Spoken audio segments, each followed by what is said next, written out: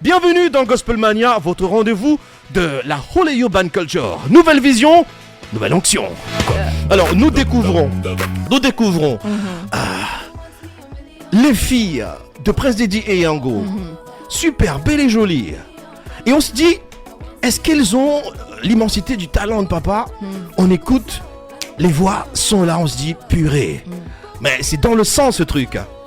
Vous êtes dans une démarche musicale afro-urbaine, sur des musiques populaires, vous chantez l'amour, sur un style musical très très jeune, vous à l'écran, vous êtes vraiment de beauté, hyper talentueuse,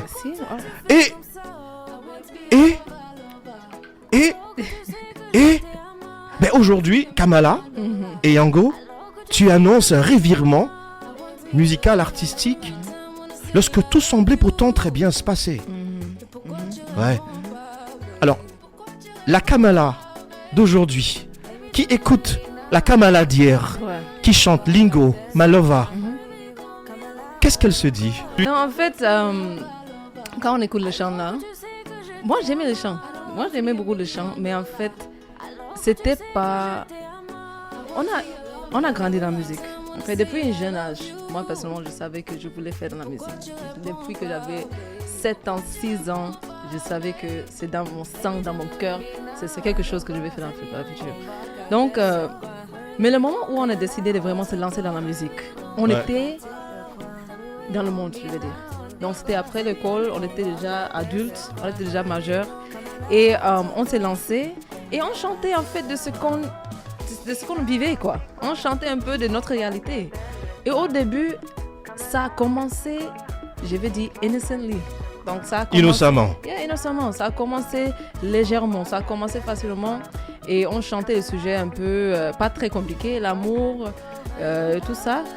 Mais en fait, comme à l'époque, on n'avait pas encore une identité forte en Christ. Oui. Comme on n'avait pas encore une identité forte en Christ, si on regarde les chants, les thèmes commençaient à changer, évoluer. Ouais. Donc si on regarde la différence de ce qu'on chantait quand on chantait Lingo et ce qu'on chantait, le dernier morceau c'était Moula. Ouais, On Moula, voit ouais. le message des chants, ça a complètement changé.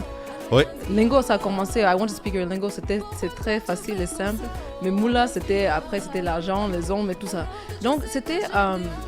donc ça, on a commencé avec un amour pour la musique, mais en fait, il y avait un conflit. Il y avait un conflit avec moi personnellement et aussi ma soeur, avec notre vie de foi et avec aussi ce qu'on chantait dans les chants.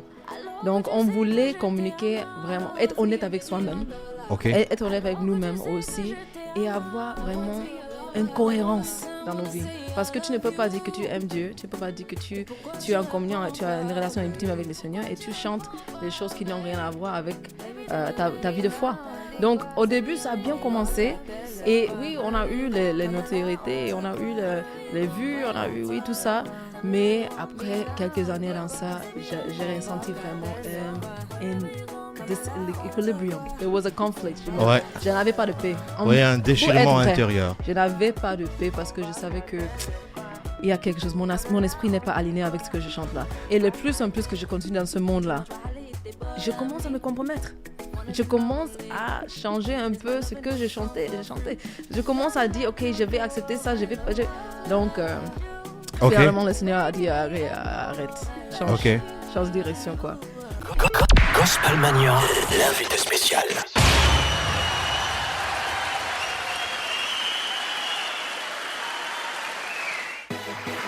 Ouais, mais à présent, Kamala, pendant quelques minutes, j'aimerais vraiment que tu nous racontes un tout petit peu ton chemin de Damas. Yes. Oui, vous êtes sous les feux de projecteurs. Ça cartonne. Lingo, Malova, Moula.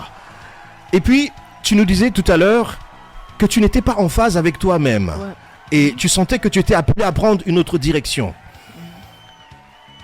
Quel est l'envers du décor de ce changement? Moi, j'étais sur la toile et j'ai regardé les commentaires. Parce que parfois, à la section commentaires, on dit beaucoup.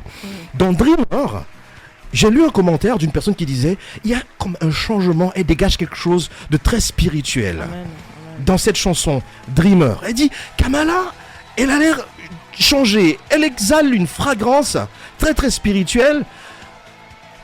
Aujourd'hui, tu es comme un fruit. Tu es comme un fruit que nous pouvons apprécier. Mais j'aimerais que tu nous emmènes vraiment dans l'envers du décor. Exactement. Qu'est-ce qui s'est passé? Toi, jet-setteuse, toi, sous les feux de projecteurs, ben, aujourd'hui, tu as pris une décision ferme. Et ben, celle de t'aligner par rapport à Christ, à qui tu as donné ton cœur, et au service de qui tu veux désormais mettre ta voix. Amen. Alors, comment est-ce qu'on en est arrivé là? Vraiment, je veux que tu sois très terre à terre pour les auditeurs et auditrices qui nous écoutent. Ok, donc je vais être simple. En 2013, Oui. j'ai accepté Jésus comme sauveur. Ok. Mais maintenant, de 2013 à 2023, j'avais accepté Jésus comme sauveur, mais je vivais comme je voulais. Donc, je faisais ce que je voulais. Ça veut dire que Jésus, oui, j'aimais Dieu, oui. J'ai parlé de Dieu, je priais, j'ai commencé à apprendre qui est le Seigneur, oui. Mais en même temps, je faisais comme je voulais. Donc, je n'avais même pas vraiment donné ma vie. Mais après quelques années en ça, la manque de paix a commencé à grandir en moi. Et à un certain moment, en 2023, le Seigneur m'a fait assis et j'ai commencé à contempler qu'est-ce qui se passe, d'où vient cette vie dans moi. Donc, autour de moi, tout se passe bien, mais je ne me sens pas alignée avec moi-même. Mais je savais que dans mon cœur que le Seigneur m'appelait à autre chose. Donc, j'ai pris le recul, j'ai arrêté le studio, j'ai arrêté même mon business. J'ai tout arrêté parce que je savais dans mon esprit, c'est le moment de te concentrer sur la voix de Dieu. Le Seigneur est en train de te parler. Et c'est un sentiment que tu peux pas ignorer. J'ai essayé d'ignorer pendant longtemps. Je sortais le chant, je faisais des choses, je commençais le projet, je travaillais, je me battais. Mais à un certain moment, ça n'a pas donné.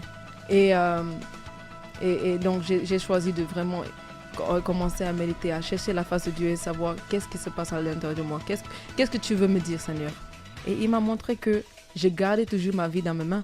Et je voulais rester le Dieu de ma vie. Donc, on ne peut pas accepter le Seigneur et rester le Dieu de notre vie. C'est pas possible. Donc, j'ai pris une décision ferme que Seigneur, en fait, c'est ta volonté que je veux dans ma vie. Et je te redonne tout.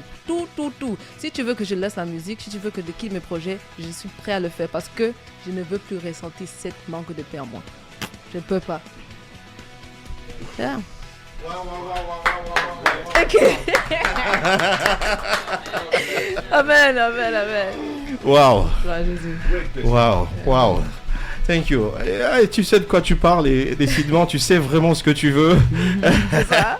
Ouais, donc Okay, là vraiment c'est pas un truc, une décision sur un coup de tête, c'est vraiment mûri. Ouais. Voilà, vraiment mûri. Alors